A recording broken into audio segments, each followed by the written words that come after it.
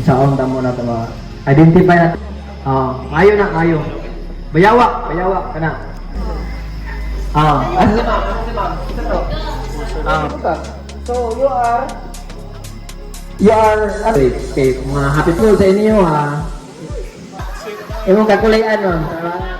Umaki, highly defensive yun siya. Kabitin. Garden na, ano ko tayo. Pero sa lasang na nasa, mga usually, mga highly.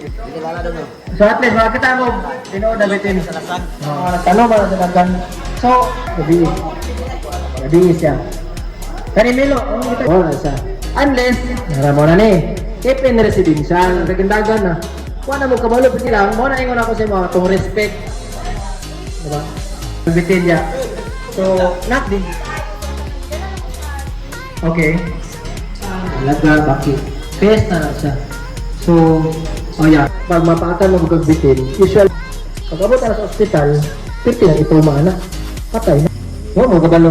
So, at least ginani kabalo ka. So, ano pala ninyo? O, pag kita ninyo, napaakan mo bitin, pinabagay gano'n siya. Muna siya. So, naku, ang tabang na paasa siya sa kubra. 70 years. So, masabot ang pato, patong kompre.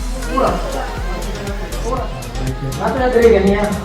Laga o bakit. Ano kayo ngon? Ang bitin sa Culvert sila. Tayo sa ina. Okay? Salamat. Mayang gabi.